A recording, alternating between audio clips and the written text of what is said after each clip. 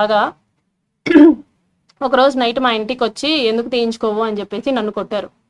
నువ్వు ఎందుకు తీయించుకోని అంటున్నావు అంటే, కార్లో తీసుకెళ్లడం మానేసి డైరెక్ట్గా మా ఇంటికి వచ్చారు, కార్ పార్క్ చేసి. ఎందుకు తీయించుకోని అంటున్నావు అని చెప్పేసి, మా బాబు నిద్రపోతున్నాడు, అప్పుడు నన్ను కొట్టారనమాట, ఎందుకు తీయించుకోని అంటున్నావు అనేసి. లేదండి నేను తీయించుకోను, మీరే కదా చేశారు, సో నేను తీయించుకోను, సమాధానం చెప్పండి అంటే, సరే మీ హస్బెండ్కి డివోర్స్ ఇచ్చేసి నేను నిన్ను పెళ్లి చేసుకుంటాను, ప్రస్తుతానికైతే తీయించుకో అని చెప్పేసి నార్మల్గా అష్యూరెన్స్ ఇచ్చినట్టు చెప్పారు.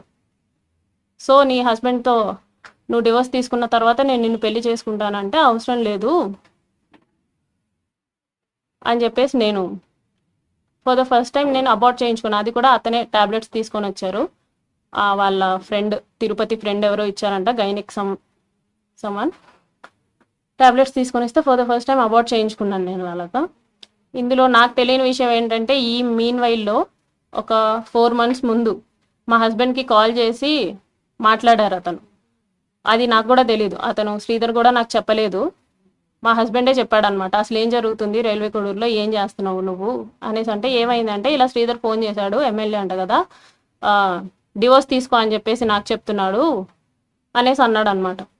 అంటే అప్పుడు ఇది జరిగింది, ఇలా చేస్తున్నాడు, ప్రతిసారి బలవంతంగా ఇంటికి వచ్చేయటం, వెళ్ళిపోమన్నా వెళ్ళిపోకుండా బయటే ఉండేవాడు అనమాట.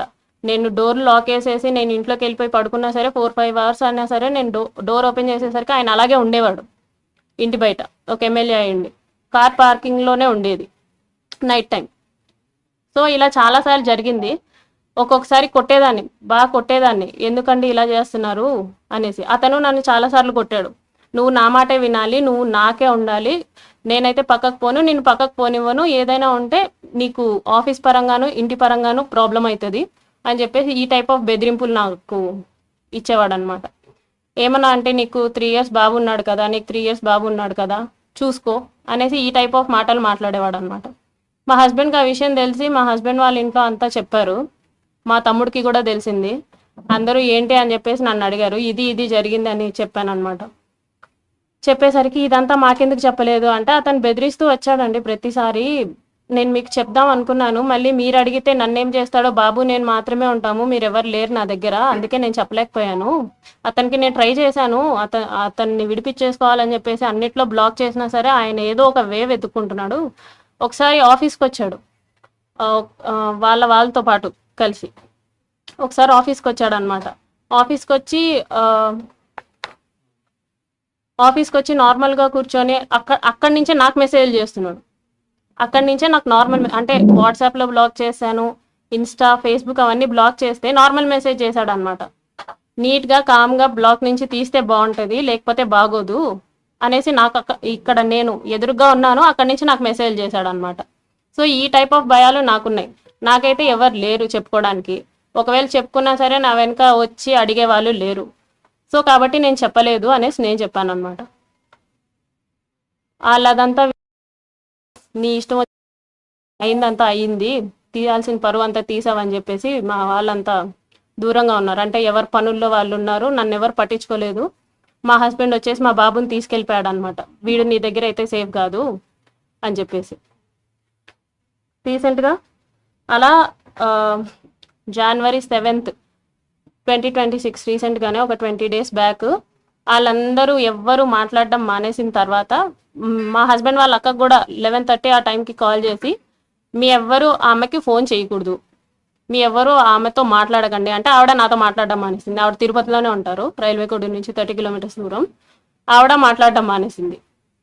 ఇదంతా అయిన తర్వాత January 7th నేను నిన్ను పెళ్లి చేసుకోలేను, నువ్వేం చేసుకుంటావో చేసుకో, నువ్వేం చేస్తావో కూడా నేను చూస్తాను అని చెప్పేసి చెప్పారనమాట.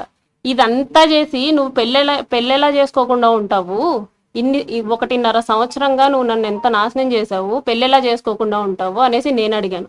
అంటే నేనైతే పెళ్లి చేసుకోను, నా రీజన్స్ నాకున్నాయి, నేనైతే పెళ్లి చేసుకోను, నువ్వేం చేసుకుంటావో చేసుకో అనేసి అన్నారు. ఆ తర్వాత అతని ఫోన్స్ 2 స్విచ్ ఆఫ్.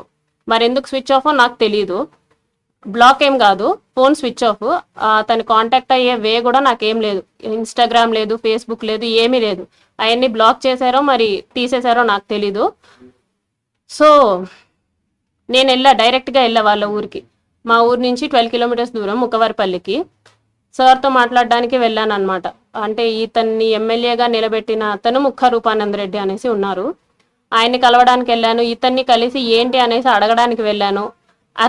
వాళ్ళెవ్వరూ నాతో మాట్లాడడానికి రెడీగా లేరు. ఈవెన్ వాళ్ళందరికీ ఎప్పటి నుంచో ఈ విషయం తెలుసు. నేనే 1.5 year నుంచి కన్వే చేస్తున్నా ఏంటని.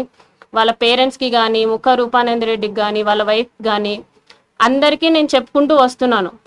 పోలీస్ కంప్లైంట్ ఫస్టే ఇవ్వచ్చు, కాకపోతే ఇప్పటికీ నా కంప్లైంట్ తీసుకోలేదు ఎస్పీ ఆఫీస్లో తిరుపతిలో. ఇంత జరిగిన తర్వాత కూడా నేను ఎస్పీ ఆఫీస్కి వెళ్తే అక్కడ ముందే ఇన్ఫర్మేషన్ ఉందంట, ఈ అమ్మాయి కంప్లైంట్ తీసుకోకండి అనేసి.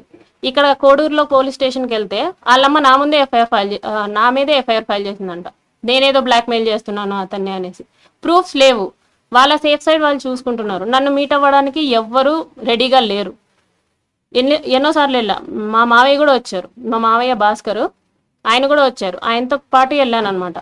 వాళ్ళు పెద్ద వాళ్ళు వచ్చినా కూడా, మా తరపున వాళ్ళు ఎవరు వచ్చినా కూడా వాళ్ళు మాట్లాడడానికి రెడీగా కూడా లేరు.